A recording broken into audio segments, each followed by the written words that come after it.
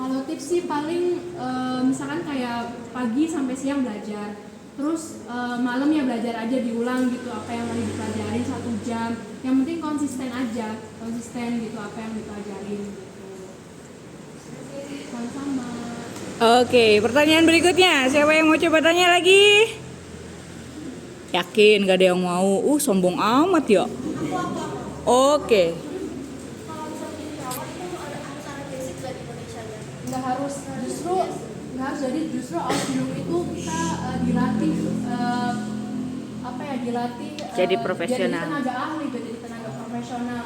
Justru kalau yang di Indonesianya udah jadi basic perawat, di sananya kayak tinggal penyetaraan aja, jadi penyetaraan terus kayak apa yang udah dipelajari di Indonesia tuh di bahasa Jermankan gitu, jadi biar tahu di bahasa Jermankan. Namanya tuh Anerkennung.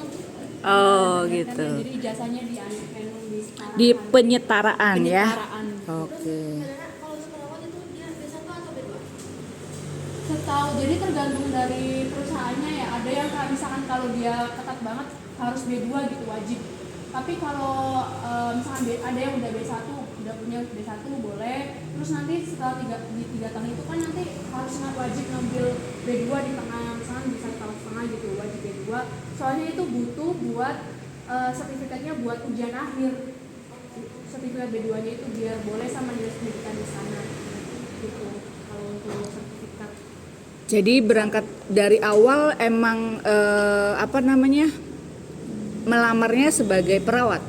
Kalau dulu ngelamar perawat di Jerman, jadi dulu ikut programnya au pair. Oh, berangkatnya dari au pair dulu Iya. ya.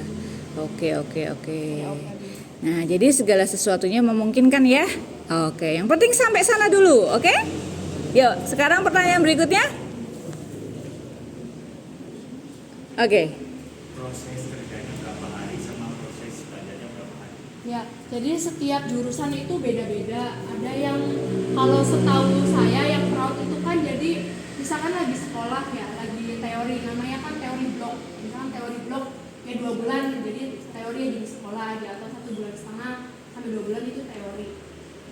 Misalkan terus liburan 2 minggu baru kita masuk praksis ya, praktek misalkan 2,5 bulan gitu kan. Tapi ada juga di jurusan setahu saya kalau misalkan di TK sama hotel itu jadi sistemnya kayak misalnya Senin Selasa sekolah schule, terus 3 harinya tuh kerja, 1 minggunya libur, nanti kayak gitu terus selama 3 tahun. Nah kalau perawat sendiri jadi 2 bulan 1,5 bulan itu di sekolah, ya udah sekolah aja. Kalau lagi praktik aja gitu. Jadi